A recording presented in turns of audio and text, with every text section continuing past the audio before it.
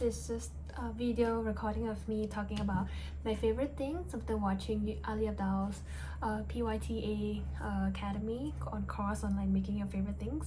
I think right now my favorite thing and my obsession in 2026, 10th January, is Taylor Swift, because she just released her 6-part docu-series about her Eras tour and behind the scenes. And I'm telling you, like, what a smart businesswoman she is, because she is like so amazing. Like, she managed to do like a 3-hour show, and I think what I learned about her is like, first thing about like systemizing her routine. So she has like a private trainer that comes in to make sure she's like super fit, and then more importantly, like, she is so mentally strong with suggesting that she wants to over deliver for the fans, and then she wants to like make sure that the fans are able to have the utmost value from the show. You know, like so many different sets, like 3.5-hour show, like imagine doing like a 3.5-hour show for 2 years straight. And she always does 3 shows per city that she's in, and I think in Singapore was the only one that has like 6 shows in Southeast Asia. But I think more importantly is like, can you believe it? Like, it's insane. So the fact that she is able to deliver on such a value, right? And like, that's why fans are like out there, like, even if you're a non-fan, you would still at least be intrigued by like, this woman is delivering a 3.5-hour show for that price of a ticket. And even personally, I wanted to try to get a ticket, but I couldn't get it. And I think that just shows how much she values the fan. And for the fans who used to call it the Swifties, right? Like, they're not just Swifties for her, they're not just like fans, they're technically like her friends. And I think that's why like the concept of the friendship bracelet and other things that would actually be sort of like cliche for other fandoms was so authentic, because she didn't come up with the friendship bracelet thing. Like, the fans came up by themselves, and that's why it was so organic and felt so authentic to her brand. And then more importantly, I also felt like the fact that she was delivering this sort of like connection with the fans. Like, even if you're like a non-fan, you still feel like, wow, like the Swifties feel so close to her. Like, I think one interview that I read about her is that she actually has this sort of like songwriting style. So when she songwrites, she writes like one-on-one to whatever muse inspired her. So for example, whether it's a guys, or like her hater, or like Scooter Braun, or like Scott Borchetta, you know, like even all these figures, like male or female, like even like Kim Kardashian, right? Like, she writes so personally, like, because as if she's talking to them. Or sometimes it's just like diary entries level songwriting. Like, she feels like you feel like you actually are listening and talking to her through her songs, which is insane, because like her songs are music played through the radio, music played through Spotify or Apple Music, but you're as if you're listening to her talking one-on-one with you.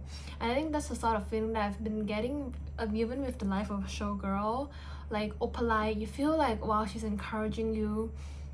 Father figure, she's talking about Scott Borchetta. You can relate to like this guy who's grooming her since she was little, and like how he still try to sell off her catalogs, her masters, to her like one of her biggest enemy.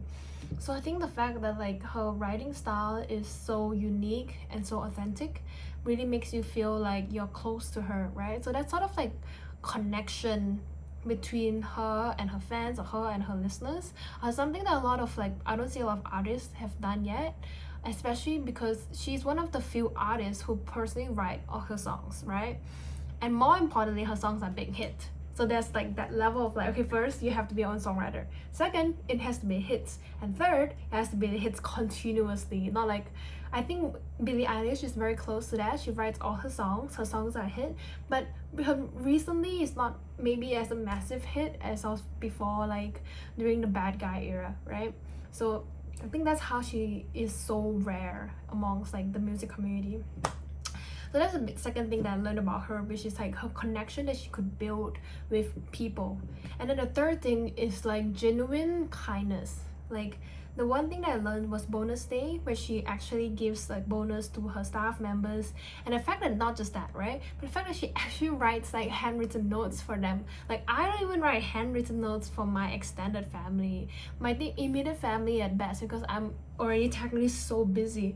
But the fact that she can write all of them for her staff members, whether they be the crew drivers or the dancers or like the musicians playing in the band, right, she can write all these notes, and she's one of the like most famous people in the world. So it teaches you that kindness doesn't stop. And one other thing I noticed is that she always introduced herself as like, hi, I'm Taylor. And you know, someone at her level doesn't have to introduce herself. Like people knows her, but the fact that she just says, hi, I'm Taylor, first it shows humility. It shows that she's humble. Like she doesn't treat herself like I'm Taylor Swift, but she's a person who introduces. It's like as if you're like someone who's never met her before, never heard of her before, and she still maintains this humility to this day, even like after almost 20 years into her career at peak fan like stardom, right? Her multiple Grammy awards. She still introduces people like, hi, I'm Taylor, and so genuine and so kind. And whether it's like fake or not, right, you never know, like celebrities, whether it's real or fake, but to be able to maintain that kind of humility for the past 20 years, and all her staff members in the tour have nothing bad to say about her. You'll never see her like being diva, like someone like maybe Ariana Grande, like diva, like, you know, stealing other people's boyfriends slash husbands. Like you'll never see her like that. And the fact that she maybe is a serial dater, you know, according to the press and Reputation album, the fact that she maybe goes through men because they are technically like muses for her, right? I don't think it's anything to be ashamed of as a woman who just embraces her sexuality and like tries to like explore, you know, the round. I think that's commendable. But the fact that she's so kind and humble is something that is so rare. Because one thing that I learned even when I was like back in like high school or middle school, like this kind of thing gets to you, like the fact that you get a really good grade or you won a lot of awards, like just, you know, your ego starts going up and up.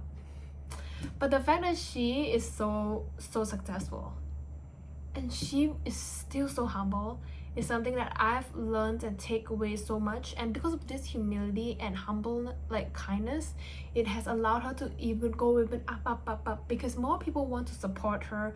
More people just feels like she's not like some big ego diva, right? Like I think that's like so rare, and that's probably why she has maintained this level of stardom. Unlike maybe someone in also back in the late 2000s, like Lady Gaga, breakout star in late 2000s with like all of her hits. Like maybe now it's still not as famous as Taylor Swift. So the fact that she has this quality that's so rare for celebrities makes me want to reevaluate myself as well, and why I want to share with you guys that she's my current favorite things, and I really hope you can take away from watching her as well.